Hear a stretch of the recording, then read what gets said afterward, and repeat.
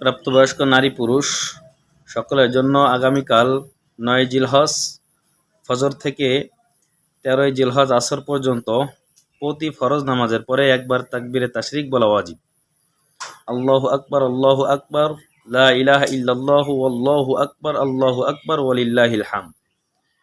এই তাকবীরটা নারী পুরুষ সকলের জন্যই প্রতি ফরজ নামাজের পরে এই ৫ দিন সকলেরই বলতে হবে, সকলের জন্য বলা ওয়াজিব।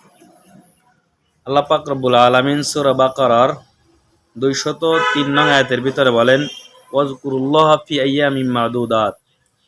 তোমরা নির্দিষ্ট দিনসমূহের ভিতরে আল্লাহ পাক রব্বুল আলামিনের জিকির করো। এবং উল্লেখযোগ্য হাদিসের গ্রন্থেও এটা উল্লেখ আছে এবং উল্লেখযোগ্য ফতোয়ার গ্রন্থেও এটা পাওয়া যায়। তো আল্লাহ পাক রব্বুল আলামিন আমাদেরকে প্রতি ফরজ নামাজের পরে এই তাকবীরটা বলার তৌফিক দান করুন।